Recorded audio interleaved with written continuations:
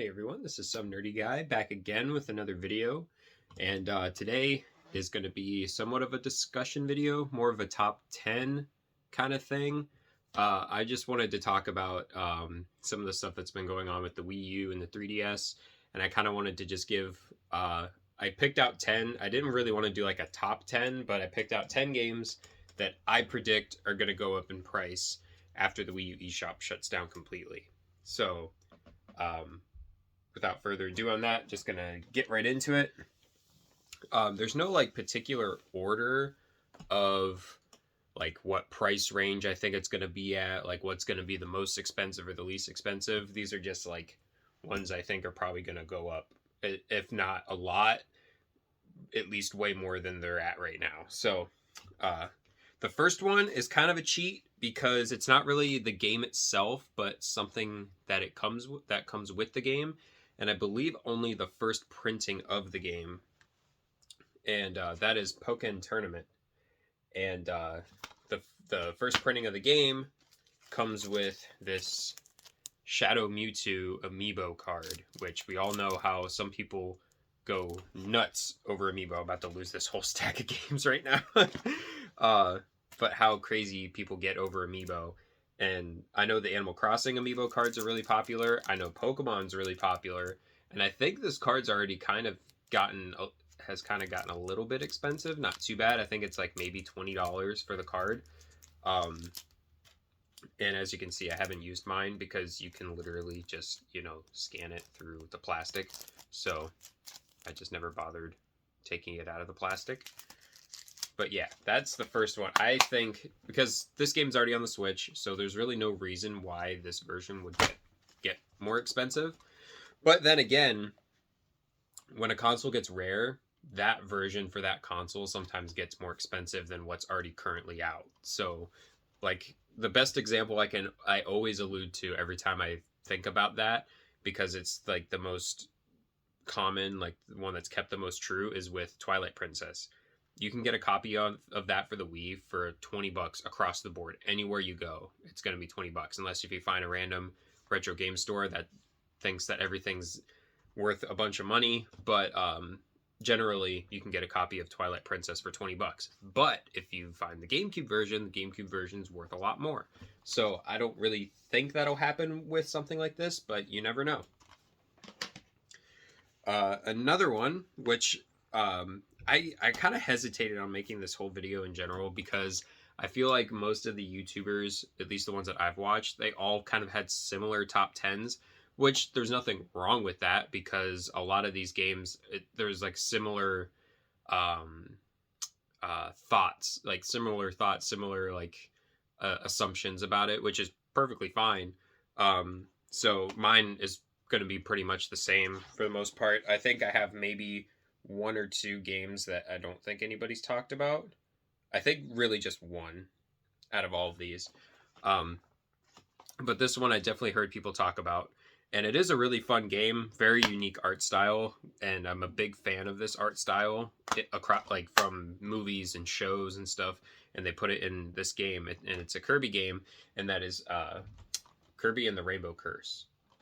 So it's all done in claymation, and claymation is one of my absolute favorite art styles of all time. I love Wallace and Gromit, all of those old like Christmas special movies, Nightmare Before Christmas, which I'm not the like biggest fanatic of it, but I just love that style. Like any of those Tim Burton movies that use the stop motion animation, absolutely just like my favorite. I used to love watching stop motion videos on YouTube when I was a kid, and I tried to make some of my own, and I wasn't very good at it. But anyways, back to the game itself. So what makes this like super unique, why I think this will go even more in price, because that's another trend, is like some of these games have already started to go up in price, and it's like kind of wondering if that's where it's going to settle or if it's going to keep going up, which I feel like, and most other people I've talked to and videos I've watched, everybody thinks it's going to go way past that. And with this game, it's very unique to the Wii U with using the gamepad and the stylus to like draw where your Kirby's going to go and all that stuff. So I definitely think this one's going to go up in price by a lot more than what it's already at. I think last time I looked, it's currently at 40 or 50. Correct me if I'm wrong. Excuse me. I really wish I could get a better copy for myself because I don't know if you can really tell, but the cover is really sun faded, which isn't a huge deal. The game still works, so I don't really need to waste the money to get a better cover. Um, Next game is one that wasn't the best received, but it was a lot better than the one that came out before it. And a lot of people seem to still like it because this has held its value at $60 since it's come out and even used. And that is Paper Mario Color Splash. I personally didn't mind this one as much as I disliked Sticker Star. I really wasn't a big fan of the mechanics in Sticker Star, which some of them return in this game. So I'm really like surprised that people really like this one. But I could see both sides of the coin, like why people could care less about it because it's so much like Sticker Star. But at the same time, it's kind of really. It was the first HD Paper Mario that we got, so there was that for a while. What made it keep its value was that like it was the first HD version of Paper Mario that we ever got, and didn't know if we were gonna get another one because of how bad Sticker Star performed. And I don't think this sold very well either. But since it's technically an RPG, and there aren't a whole lot of those on the Wii U, I could definitely see this one going up in price for sure. Sorry, I'm kind of like sitting here like waving it around like that. But yeah, Color Splash. And then the next one, I have definitely seen people talk about this one, and it's a good game. And I'm kind of uncertain if this will go up a lot because I have a slight feeling it might get ported to the Switch, only because it had a game that was on the Wii. Never thought it was going to get ported to the Switch, and it did. Never expected it to happen, but it did. That is Sonic Lost World. I don't think they would port this one just because of how it wasn't as popular. Sonic Colors was super popular. That's the game that I was alluding to, that we got Sonic Colors on the Wii. I thought that was it. Like, okay, it's the only place you can get it at, or the 3D or the regular DS version. And then they put it on the Switch. I don't think anybody saw that coming. They just put it on the Switch. I don't necessarily think that'll happen with this one though, just because of how it wasn't as popular. But at the same time, it could be, oh, it wasn't that popular probably because it was on the Wii U, so let's put it on the Switch. Like, I could definitely see Sega doing that, putting this game on the Switch. And it has like different power-ups that, I mean, they're not from Sonic Colors, but they're the same, in the same vein as Sonic Colors, these different power-ups here. So, because yeah, you still have the rocket and the drill and stuff like that, but then there's a new one, the rhythm one and stuff like that. So, I don't know. I feel like we could definitely see this coming to the Switch, but at the same time, it might not be very likely. This one is one that a lot of people probably wouldn't suspect that would go up in price. Just because, same thing, like a lot of fans didn't like it when it came out. Really wasn't on people's radar. They were just like, this isn't for me. It's not like how it used to be. And that was true for the last one that came out on the Wii. A lot of people didn't like it. A lot of people said it was one of the worst ones they ever did, blah, blah, blah, blah, blah. And it's worth like $70 and I'm just like, thought y'all didn't like it. Like, why is it worth so much? Well, it came out at the very end of the Wii's lifespan, and I think there's a lot of people that speedrun it. And that, well, not this one, but the one on the Wii. But the one I'm talking about is Mario Party 10. Mario Party 9, when it came out, was at the very end of the Wii's lifespan. Everybody just kind of missed the boat on it. I think it's more of a collector's thing rather than actually people wanting to play it, because I remember everybody hating it when it came out. Because the whole cart aspect where everybody's in a cart together and you move across the board rather than just like individually going across the board doing your own thing. Well, that returns in this game. So I know a lot of people didn't like this game when it came out for the same reason, but it has a unique feature where you get Bowser Party, where one person has the gamepad and they're the Bowser, you're playing as Bowser, and everybody else, you're playing against everybody else. And I don't think they've ever done that in any other Mario Party. So for that, just that one unique gameplay mode, I feel like will make this go up in price. Right now, it's only like $20. I got mine for $20. It was just one of the last Wii U first-party Nintendo games I didn't have, and I completely forgot that I didn't have because I thought I bought one of the little box sets when they came out that came with the amiibo. I did not, so went ahead and got myself a copy, mainly for the collection. I do plan on playing it,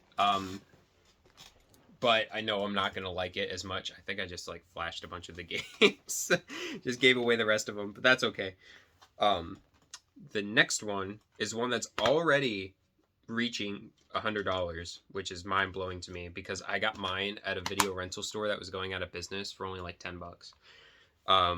But that also is the reason why the cover on mine is so sun-faded. And that is Game & Wario.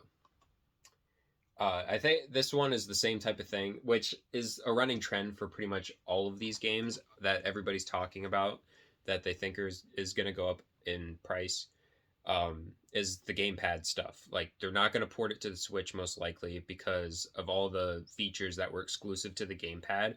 Like, yeah, the Switch has a touchpad or a touch screen, and you could technically do the same type of stuff, but you can't do that on the Switch and be playing on the screen at the same time. You have to do one or the other.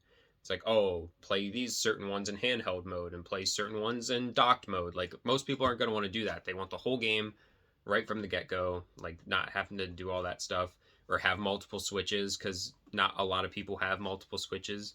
So I think Game & Wario is just going to either keep climbing in price or stay at around the $100 mark. But I don't know. A lot of people are calling the Wii U the new Sega Saturn. They're suspecting that most of the like rare and unique games are going to be like multiple hundreds of dollars, and I don't think it'll get that extreme, but you never know. I'm sure people back in the day didn't think that of the Saturn. They're like, oh, nobody's going to buy the Saturn, it's not going to be anything crazy. And then Panzer Dragoon Saga is like $1,500 now, so here we are. So who knows? It's just all speculation right now. And this one, actually, I'm going to do this one first because it's pretty much the exact same reasoning for the Game & Wario. It was a launch title. They ended up porting it to Xbox and PlayStation, I'm pretty sure. But same thing. Gamepad exclusive content. That is Zombie U. And I remember when this game came out, I wasn't the biggest fan of it because I was just like, oh, it's some just generic zombie game, whatever. It's not really crazy. But then there is a multiplayer mode, and I'm pretty sure the multiplayer mode is only available on the Wii U. You have two players. One player gets the gamepad. The other player plays just the controller, obviously. But the person with the gamepad gets to set up the zombies to go after the player. They get to like set up traps and set up all these different zombies, and you get to level up so you can get more zombies and more upgrades and more to screw over your friend as much as possible, basically. And I had a lot of fun. One of my friends and I played this when the Wii U first came out. We played it a lot. We were really mainly just only the multiplayer. We just kept playing it over and over, seeing how far we could get and stuff like that. It was a good time. I don't know. I think a lot of people, because there's not a whole lot of couch co-op stuff anymore, but there's still a lot of people that gravitate towards that. So when they see like exclusive modes that are co-op and they're only couch co-op that you can only get on a certain console, and if they're game collectors, then it's probably going to drive up the price. I know this game is dirt cheap right now, but I don't know. I feel like it could go up quite a bit just for that aspect of the multiplayer. Because, I mean, the single player isn't bad. It's just not really what sells this, at least for me personally. I played it, and it was fine, but the multiplayer was what I put most of the hours that I played were multiplayer. Okay, next one. We're getting down to the wire. I got 3 more.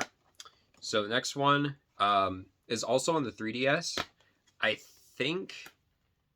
don't know. I don't think the 3DS version will get expensive. I think the Wii U version will, because console based. I feel like that more people will want it. and it kind of harkens back to retro gaming. And I know a lot of people like retro gaming, and a lot of people like speed running, and this is kind of in tandem with both of those things. Uh, and it was just super unique. Even when it first came out, everybody was like, "Whoa! I would have never expected Nintendo to do this. This is like super weird." And it's not Mario Maker. It is the NES Remix 1 and 2 pack. Uh, just so different. Like you had Mario going through Zelda levels, or Link going through Mario levels, and like time trial, like different, time challenges and different. I don't know. It was just super unique when it came out, and it's one of those things that I don't know if Nintendo could easily put this on the Switch, which I'm kind of surprised they haven't with the Switch Online and having all the NES and Super Nintendo games. It would have been easy to release that on the Switch, and they're like, oh yeah, and this. They haven't done that. They easily could. I could definitely see it happening. So this might not go up in price because of that if it's going to be on the Switch.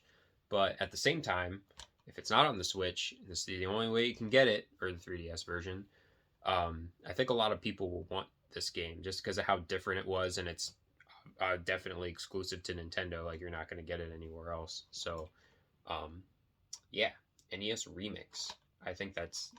I don't know. I didn't the couple videos that I watched for this, they didn't mention this game, and I was kind of surprised by that, because people were hyped about this when it came out. I don't know, but what do I know? Even like the disc is cool too. It looks like an old NES cartridge, which I think that's neat. But yeah, and I think there was a cool part of the game where, I mean, because I know you could do it in Mario Maker, but I think if you tapped your amiibo, I think you got different levels and stuff like that. So there's that too. So this one kind of cheated also because it's 2 games instead of just 1. And this one also didn't get received very well by fans, but at the same time, it's been like that like ever since the 64. After that one came out, like it's been hit or miss for pretty much every game after that, at least with the fans. Like I feel like the games themselves have all been pretty decent, but fans have, it's been like a divided line, 50-50. Either you hated it or you loved it. And that is Star Fox Zero. The main game that the fan base was super divided on, in my opinion, was Star Fox Adventure. Like I absolutely love Star Fox Adventure, and then there's people that would literally want to murder that game. Like they just absolutely hate it because it wasn't a flying like a flight game. It was an adventure game with Star Fox. I thought it was a cool change of pace for Star Fox, but other people did not. And this game was also not received well by fans. Some of the controls were kind of clunky. Some of like the level designs and stuff, just people were not really liking it, which is fine. There were problems I had with it too. But the main part of this that I think is what's going to draw people to buy this, at least maybe this box version. I don't know if this is easy to find still. I haven't looked this one up at all. Man, I can't get it out of here. But Star Fox Guard that was packed in with it. You can get this game for like $5. But again, it is a game that I feel like is only going to be exclusive on the Wii U because of how the gamepad, like it all goes back to the gamepad, because most of the games, they had special features you can only use on the gamepad in tandem with with the TV. Like you could only do it with Wii U stuff. Like there could be a way to maybe do it on Switch, because they have Five Nights at Freddy's on Switch. That's basically what this is. It's Five Nights at Freddy's with Slippy Toad is what it is. You're like fighting off these robots, and you're like clicking on the cameras and trying to find out where they're at and destroy them before they can get to you. Like they did do Five Nights at Freddy's on the Switch, so it is possible, but with how poorly this game did, I don't think they would waste the time doing that. But it is a fun game. I won't deny that. It was a fun game. I liked it. So there is that. And now we are on to the last game. I thought this was cool. Sorry. It's had like just ADHD moment. But I like how the symbol is on the flap for this. I thought that was always really neat. I always really liked this box too. It kind of had like a Star Wars vibe, having like all the characters and then like an action scene going on in the background and stuff like that. I don't know, really cool. I remember I freaked out when they announced this game just because of how good the characters look, how detailed they all are. Super cool. Look at Peppy over here. His little nose. I don't know. Say what you will about the game, but it looks really good. And then, last but not least, and I've heard thousands of people talk about this one too, and it's already reaching $100 as well. I remember seeing this in clearance bins for $10 because literally nobody wanted anything to do with it, which really saddens me because it's a good game. And I missed out on the collector's edition, and I saw it one time, and it was like $60, and I was like, that's too expensive because I've seen it cheaper because how many people didn't want the game. I was like, that's too expensive. I remember seeing it for like 30. I'll wait. Nope. It's too late for that now. And that is Xenoblade Chronicles X. And this is probably... I know there are other RPGs on the Wii U. I just can't think of any of them because that's how little of them there are. But this is like the main one that's on there, and that's why it's reaching $100. And I feel like if it doesn't get ported to the Switch, which I think there's a reason why it hasn't been. I feel like I heard somewhere about them not being able to port it to the Switch, but they've said that about other games and have made it happen. So I feel like with how many people have been wanting it, I think it'll happen eventually. But if for whatever reason it doesn't happen, and this is the only way you can get it, I feel like this is going to get like Panzer Dragoon style pricey. Like maybe not as high because it's still more recent. Voice crack. More recent time, so I don't think it'll skyrocket that high. But if it's already at $100, right as they announced that the eShop is closing down, I feel like once you can't get the update anymore, well, that might actually drop the price. I didn't think about that. Well, it wouldn't drop the price, but if you don't download that special, there's a special patch that makes the game run better. You get like extra content and stuff like that. Because this game is big. For the Wii U, this game was big. You had to have like a extra like SD card or a flash drive because it was like 32 gigs for just this game, and the Wii U's memory space is 32 gigs. So it might not have been that high, but I know the system memory, this like exceeded the system memory. So, but yeah, I feel like this game, if for whatever reason it doesn't get ported to the Switch, if that is true, that they just can't do it for whatever reason, source code problem, maybe something like that, this is probably going to get stupid expensive, which to me it already has. Getting it $90 in a couple months, and it used to be like 15, 20. Like I said, I used to see it in clearance bins for $10, and I'm like, that's so sad. I bought this game when it came out, and I was like, that's so sad that people just don't want this game. But now Xenoblade is like the shit. So like everybody wants Xenoblade stuff. So now this is getting really expensive. And I'm sure the collector's edition will double in price if it already hasn't. So, yeah, this is the main one I heard everybody talk about. So I wanted to do it last, just to kind of not dwell on it as much as everybody else has. But it is a good game. It definitely is a good game. Definitely deserves all the praise that it gets. I just think I have a slight feeling that they've kind of just been saying, oh, we can't port it to the Switch, so that when it does happen, it'll get like super hyped and everybody will buy copies of it. Because I feel like that's a marketing tactic at this point. Maybe it is true that they can't do it, but at the same time, I'm just like, you probably can. This day and age, you probably can. You could do it. But anyways, so that is 10 Wii U games that I think are going to go up in price after the Wii U eShop closed down. And some, like I said, some of these already have everything. So get your Wii U stuff while you can. Do it while you can. And some even like the first party Nintendo stuff, get it while it's cheap. If you can't get it for the Switch, if you've had a Wii U and you can't really afford a Switch and you only have like a handful of games, get them while they're cheap. Like some of them are less than $20 still. But the first Mario Maker, awesome. Get it. It's not much different from the second one. Like, yeah, there's some upgraded stuff. One thing that the first Mario Maker will always have over Mario Maker 2 is the amiibo function, where you could scan literally almost any amiibo and Mario will turn into that character. That was the coolest shit ever. I thought that was amazing. And they added like special ones all the time that you could use. They had the manga Mario. If anybody's read the Mario manga, like they had that style of Mario you could play as. That was cool. That was so cool that they kept doing that. I don't know why they didn't do that with Mario Maker 2. But yeah, the Wii U, super unique system. Always loved it since day one. I've had it since day one. Everybody hated on me for having a Wii U. Didn't care. Loved my Wii U. And it's cool that people are loving it now. At least it's getting some appreciation that I've always had for it. I'm glad that other people are starting to see it now.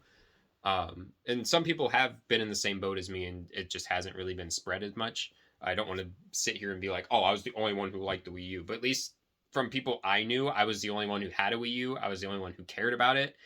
But yeah, it's just cool to see the Wii U getting some praise, and hopefully it doesn't get too crazy too fast. Like, I still want people to be able to get stuff cheap without having to hunt it down and stuff like that. There's still a couple games I want to get myself. There's like 2 or 3 stragglers that I still haven't gotten around to getting for the Wii U. But yeah, so that was 10 games that I think are going to go up in price for Wii U. Get them while you can before it starts getting wild. Same with the 3DS. And I'm just rambling now. So if you like the video, like, comment, subscribe, all that good stuff. And until the next one, see ya.